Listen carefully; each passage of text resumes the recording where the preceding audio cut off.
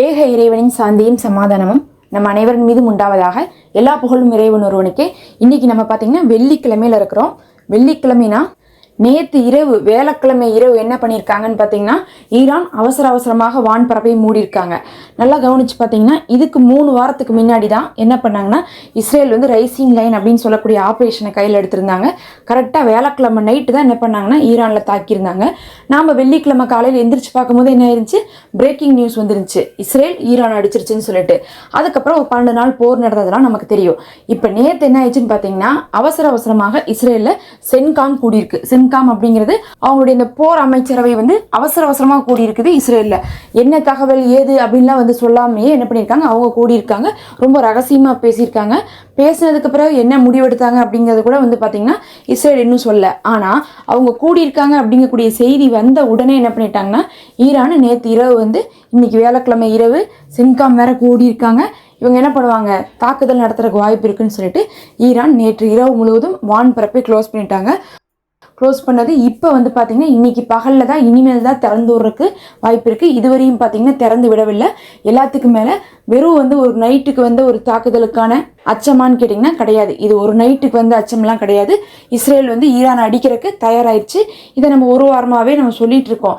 Israel மறுபடியும் Iran அடிக்க தான் போகிறாங்க அப்படிங்கிறது. நிறைய பேர் என்ன நினச்சிக்கிறாங்கன்னா, ஈரான் விஷயம் முடிஞ்சிருச்சு, அது இனி வரவே போகிறதில்ல. ஆனால் அதை பற்றி நாம் வந்து திரும்ப என்ன பண்ணுறோம், இருக்கிற மாதிரியே சொல்கிறோங்கிறாங்க. அப்படிலாம் கிடையாது. இன்றைக்கி கூட நீங்கள் போய் பாருங்கள். நீங்கள் நேற்று நைட்டு ஃபுல்லாக வந்து நியூஸ் எல்லாம் பார்த்தீங்கன்னாவே உங்களுக்கு தெரிஞ்சிருக்கும். இப்போ வந்து அமெரிக்கா ஒரு முடிவு பண்ணிட்டாங்க, இன்றைக்கி அறிவிச்சிருக்காங்க. அமெரிக்காவுடைய காங்கிரஸ் என்ன சொல்லியிருக்காங்கன்னா, நாம் போன தடவை போருக்கு போனதே என்னது, தேவையில்லாத வேலை தான். ட்ரம்ப் சொன்ன பேச்சை கேட்காம போயிட்டாரு. ஆனால் நம்ம எதுக்காக போகணும்னு பார்த்தா இந்த B2 பாமருக்காக தான் போனோம்.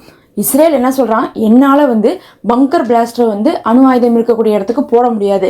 அந்த அளவுக்கு வெயிட்டான பங்கர் பிளாஸ்டர் உங்கள்கிட்ட தான் இருக்குது. அது 30,000 பவுண்ட் வரையும் வந்து பார்த்தீங்கன்னா அந்த B2 பாமரில் கொண்டு போய் போடக்கூடிய அந்த குண்டுடைய வெயிட்டாக இருக்குது. இவங்கள்ட்ட பார்த்தீங்கன்னா 30,000 பவுண்டெல்லாம் வந்து பார்த்தீங்கன்னா இஸ்ரேல்கிட்ட இல்லை. அப்போ 30,000 பவுண்ட் அளவுக்கு ஒரு குண்டை கொண்டு போய் போடணுன்னா அதுக்கு அதை தாங்குற அளவுக்கு வெயிட் உள்ள ஒரு பிளேன் தேவை. அந்த பிளேன் தான் இந்த B2 பாமருடைய பிளேன். அது யார்கிட்ட இருக்குன்னா அமெரிக்காட்ட மட்டும் தான் இருக்குது. சும்மா கேட்டுலாம் என்ன பண்ண மாட்டாங்க, தூக்கி கொடுக்க மாட்டாங்க. கொடுங்கன்னு கேட்டால் கொடுக்க மாட்டாங்க. அதனால என்ன பண்ணுறாங்க, அமெரிக்கா உள்ளே வாங்க, வந்தீங்கன்னா தான் நீங்கள் என்ன பண்ணுவீங்க, அதை எடுத்துகிட்டு வந்து தாக்குவீங்கன்னு சொல்லிட்டு தான் அழைச்சிட்டே இருந்தாங்க. அதனால தான் அவங்களும் வந்தாங்க. ஒரே ஒரு தாக்குதல் தான் பண்ணாங்க. ஒரே தடவையில் 3 அணு உற்பத்தி நிலையத்தின் மீது வந்து தாக்குதல் பண்ணாங்க.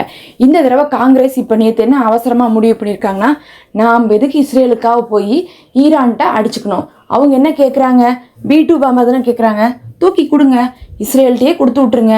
எப்படி நம்ம தாட் சிஸ்டமை இஸ்ரேல்கிட்ட கொடுத்தோமோ அதே மாதிரி B2 பாமரையும் நம்ம என்ன பண்ணலாம், இஸ்ரேல்கிட்ட கொடுத்துடலாம் அப்படிங்கக்கூடிய ஒரு அறிவிப்பு நேற்று காங்கிரஸ்லேருந்து வந்துருச்சு. இப்படி ஒரு நிலைமை வந்த உடனே என்ன ஆகுது, இஸ்ரேலில் பதற்றம் ஜாஸ்தியாகுது. இப்போ இது நேற்று நைட்டு மட்டும் வந்த பதற்றம் கிடையாது. இன்னி வந்து பார்த்தீங்கன்னா அதிகமான தகவல் வருது. இன்னும் 2-3 நாட்களுக்குள்ள இஸ்ரேல் ஈரான் அடிக்க போகுதுன்ட்டு. ஏன்னு பார்த்தீங்கன்னா அவங்களுக்கு B2 பாமர் வந்து இப்போ வந்து அனௌன்ஸ் பண்ணியாச்சு. காங்கிரஸ் சொல்லிட்டாங்க, நீங்கள் கொடுத்துருங்க இஸ்ரேலுக்குன்ட்டு. இஸ்ரேல் கை அந்த B2 பாமர் வந்துட்டா உடனே அவன் என்ன பண்ணுவான், ஆக்ஷனில் இறங்குவான். அமெரிக்காக்காரன் கூட கூப்பிட்டாலும் கூட பொறுத்து தான் அவன் வந்து சண்டை போடுவான். ஆனால் இந்த நெத்தன்யாகு என்ன பண்ணுவார்னு உங்களுக்கே தெரியும், கண்மூடித்தனமாக ஆயுதங்கள் கிடச்சா போதுன்னு சொல்லிட்டு தாக்கிடுவாங்க. அதனால இப்போ நேற்று நைட்லேருந்து ஆரம்பித்த பதற்றம் அப்படிங்கிறது இன்னுமே தொடர்ந்து கொண்டு தான் இருக்குது. பகலில் வேணால் கொஞ்ச நேரம் என்ன பண்ணலாம், அவங்களுடைய வான்பரப்பை மறுபடியும் திறந்து விடலாம். ஃப்ளைட்டெல்லாம் போகிறதுக்கு வர்றதுக்கு சான்ஸ் இருக்குது. ஆனால் பார்த்தீங்கன்னா இது ஹை அலர்ட்டான சுச்சுவேஷனில் தான் இப்போ ஈரான் தள்ளப்பட்டிருக்காங்க. ஒரு காரணம் வந்து அவங்களுடைய அமெரிக்காவுடைய காங்கிரஸ் B2 பாமர் கொடுக்கறதும், இன்னொரு காரணம் வந்து இஸ்ரேலுடைய சென்காம் அதாவது அந்த போர் அமைச்சரவை அவசரமாக கூடினதும். 3ஆவதாக ஒரு காரணம் இருக்குதுன்னா அதுதான் வந்து பார்த்திங்கன்னா, நம்ம நேற்றே ஒரு வீடியோ வெளியிட்டிருந்தோம். அதில் நம்ம சொல்லியிருப்போம், IAEA உடைய ரேடார் சிஸ்டமு, கேமரா எல்லாத்தையுமே நீக்கிட்டாங்க. யாருன்னா ஈரான் நீக்கிட்டாங்க. நீக்கினது மட்டும் இல்லாமல் இன்னி நாங்கள் வந்து ஒருபோதும் IAEAவை உள்ளே விட போகிறதில்லன்னு சொல்லிட்டு அனௌன்ஸ் பண்ணிட்டாங்க. நேற்று நம்ம இந்த வீடியோ போட்டப்போ ஒரு சிலர் வந்து இது பழைய வீடியோ, அவங்க இந்த விஷயத்த ஒரு 4 நாளாக சொல்கிறாங்க அப்படின்றீங்க. திங்கட்கிழமையிலேருந்து அவங்க சொல்கிறது உண்மைதான், ஆனால் செயல்படுத்துறது நேற்று தான். இப்போ நம்ம பார்த்தீங்கன்னா அறிவிப்பு ஒரு நாள் வந்தாலும் அது நடக்கிறதுக்கு 2 நாள் ஆகும். இப்போ B2 பாமரை காங்கிரஸ் கொடுக்குறேன்னு சொல்லிட்டாங்க. அமெரிக்காவுடைய காங்கிரஸ் கொடுத்துருங்கன்னு சொல்லிட்டாங்க. அந்த B2 பாமர் வந்து பார்த்தீங்கன்னா அங்கிருந்து பறந்து இஸ்ரேலுக்கு வந்து இறங்குறதுக்கே என்ன ஆகும், 2 நாளாவது ஆகும். அதுக்கப்புறம் எல்லாம் தயார்படுத்திட்டு என்ன பண்ணுவான், இஸ்ரேல் அட்டாக் பண்ணுற மாதிரி வரும். அதனால கொடுங்கன்னு சொன்னது ஒரு நாளாக இருந்தாலும் அந்த விஷயம் பார்த்தீங்கன்னா இன்னும் 1 நாள் கழிச்சு 2 நாள் கழிச்சு தான் மற்ற செய்திகள்லாம் நீங்கள் பார்க்க முடியும்.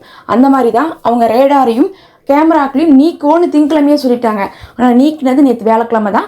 அதனால நம்ம வேலைக்கிழமை அதை சொல்லும் போது இது பழைய நியூஸுன்றாங்க. ஆனால் எனக்கு பின்னாடி பார்த்தீங்கன்னா ஒரு 4-5 சேனலில் அதுக்கப்புறம் தான் நான் மதியானம் போட்டிருந்தேன், அவங்களாம் நைட்டு தான் அந்த வீடியோ போட்டிருந்தாங்க. ஏன்னா அவசரமாக என்ன ஆகுதுன்னா, இந்த கேமராக்கள்லாம் நீக்கப்பட்ட பிறகும் ரேடார் தொழில்நுட்பங்கள்லாம் நீக்கப்பட்டதுக்கு பிறகும் இன்னி ஐஏஏ வரவே கூடாதுன்னு சொல்லிட்டு கையெழுத்து போட்டதுக்கு பிறகு என்ன ஆயிருக்குன்னா, நேற்று ஒரு பதற்றமான நிலைமை ஏற்பட்டிருக்கு. இறங்கி போக மாட்டோம், சமாதானத்துக்கு வரமாட்டோம்னு சொல்லிட்டு நேற்று ஆராய்ச்சி அவர்கள் அறிவிச்சிருந்தாங்கன்னு நம்ம சொன்னோமே. அதுக்கு பின்னாடி தான் பார்த்திங்கன்னா நிலவரம் ரொம்பவே கிரிட்டிக்கலாக போயிட்டுருக்கு. ஈரானும் வெளிப்படையாக சமாதானத்தை மறுத்துட்டாங்க. இஸ்ரேலும் பார்த்தா போர் அமைச்சரவை கூடிட்டாங்க. அமெரிக்காவும் பார்த்தீங்கன்னா B2 பாமரவே மறுபடியும் கொடுக்குறேன்னு சொல்லிட்டாங்க. B2 பாமர் வர்றது ஒரே ஒரு காரணத்துக்காக தான், காசாவுக்காக கிடையாது, ஈரான் மட்டும்தான். அதனால தான் B2 பாமர் எதுக்கு மறுபடியும் அமெரிக்கா கொடுக்கணும், அது ஈரானை தாக்குறதுக்கு கொடுத்த பர்மிஷனுக்கு சமம். இப்போ பார்த்தீங்கன்னா அமெரிக்கா என்ன பிளாக்மெயில் பண்ணுறாங்கன்னா, சமாதானத்துக்கு வந்துருங்க ஈரான், ஏன்னா நாங்கள் B2 பாமரை யார்கிட்ட கொடுத்துட்டோம், இஸ்ரேல்கிட்ட கொடுக்க போகிறோம். அப்படி நாங்கள் இஸ்ரேலுக்கு அதை கொடுக்க போகிறோன்னா நீங்கள் இன்னும் சமாதானத்துக்கு வராட்டினா அவங்க எந்த நேரம் வேணால் என்ன பண்ணுவாங்க, குண்டு போட்டுருவாங்க. அவங்க எங்களை மாதிரி இல்லை அப்படிங்கிறதை மறைமுகமாகவும் இப்போது என்ன பண்ணுறாங்க, அமெரிக்கா மிரட்ட ஆரம்பிச்சிருக்காங்க. இத்தனை நடந்துட்டுருக்கு. அப்போ நீங்கள் சொல்லுங்கள், இன்னும் ஈரானுக்கும் இஸ்ரேலுக்கும் நடுவில் பிரச்சனை ஓஞ்சபாடே கிடையாது. அதே நேரத்தில் நம்ம நேற்று என்ன சொன்னோம், ஐஆர்ஜிசியுடைய பில்டிங் இருக்கக்கூடிய 3 இடத்துல பார்த்தீங்கன்னா திடீர்னு ஒரு வெடிப்பு ஏற்பட்டுச்சு. அதுக்கப்புறம் பார்த்தீங்கன்னா என்ன காரணம்னே தெரில, அங்கெல்லாம் பற்றி எரிஞ்சிட்ருக்குன்னு சொன்னோமா. இன்றைக்கி பாருங்கள், அது நடந்தது நேற்று தான் பகலில். நேற்று சாயங்காலமே இஸ்ரேல் ஒரு அறிவிப்பு கொடுத்துருக்காங்க. இந்த அறிவிப்பு கேட்டாவே உங்களுக்கே புரியும். இஸ்ரேல் சொல்கிறாங்க, நம்மளுடைய உளவாளிகள் ஈரானுக்குள்ளேருந்து கேட்டுக்கிட்டே இருக்கிறாங்க, எதிர்பார்த்துட்டே இருக்காங்க எப்போ நமக்கான சம்பளம் வரும்னு சொல்லிட்டு. ஆனால் உளவாளிகளே, நாங்கள் ஏன் இப்போ உங்களுக்கு சம்பளம் போடலைன்னா, நீங்கள் இப்போ டெஹரானில் ரகசியமாக இருந்துகிட்ருக்கீங்க, நாங்கள் இப்போ சம்பளம் போட முடியாது. அதனால நீங்கள் என்ன பண்ணுங்கள், கொஞ்சம் அந்த இடத்த விட்டெல்லாம் நவுந்துவாங்க. உங்கள் பக்கத்தால் பார்த்தீங்கன்னா ஐஆர்ஜிசியை சேர்ந்த கமாண்டர்கள்லாம் இருக்கிறாங்கன்னா அந்த இடத்த விட்டு கொஞ்சம் நவுந்துக்கோங்க. நீங்கள் நவுந்து வந்தீங்கன்னா என்ன பண்ண முடியும்னா, நாங்கள் உங்களை கான்டாக்ட் பண்ண முடியும், உங்களுக்கு நாங்கள் சம்பளமும் போடுவோம். அதே மாதிரி நீங்கள் எப்பயுமே அலர்ட்டாக இருந்துக்கோங்க. அங்கே இருக்கக்கூடிய ஐஆர்ஜிசி பில்டிங்குள்ளேயோ அந்த பில்டிங்க்கு பக்கத்தாலேயோ இல்லை இராணுவத்தை சேர்ந்த வாகனத்துக்கு பக்கத்தால் அவங்களுடைய வான் தடுப்புக்கு பக்கத்தாலெல்லாம் இருந்துடாதீங்க. ஏன்னா இப்போ நம்ம அதை தான் கிரவுண்ட் ஆப்ரேஷனாக பண்ணிகிட்ருக்கோம். அதனால நீங்கள் அந்த இடத்த விட்டுலாம் தள்ளிடுங்க. எப்போ உங்களுக்கு ஒரு ஃபோன் கால் வந்தாலும் சரி, நம்ம தாக்குதல் நடத்த போகிறோம்னு அர்த்தம், உடனே என்ன பண்ணுங்க, படுத்துருங்க தரையில் அப்படின்னு சொல்லிட்டு இன்றைக்கி இஸ்ரேல் என்ன பண்ணியிருக்காங்க, வெளியிட்டிருக்காங்க. இது எப்படி இருக்குன்னு பார்த்தீங்கன்னா ஒரு மாதிரி நகைச்சுவையாக அவங்க வெளியிட்டிருக்காங்க. ஐஆர்ஜிசியில் இப்போ அடுத்தடுத்து நடக்குதா, அது நாங்கள் தான் பண்ணுறோம் அப்படிங்கிறத என்ன பண்ணுறாங்க, இஸ்ரேல் சொல்லலாம். இல்லை அது அடுத்தடுத்து நடக்குது, அதுக்கு காரணம் நாங்களாகவும் இருக்கலாம் அப்படின்னு சொல்லிட்டு சந்தேகத்தை கிளப்புற மாதிரி என்ன பண்ணுறாங்க, இஸ்ரேல் சொல்கிறாங்க.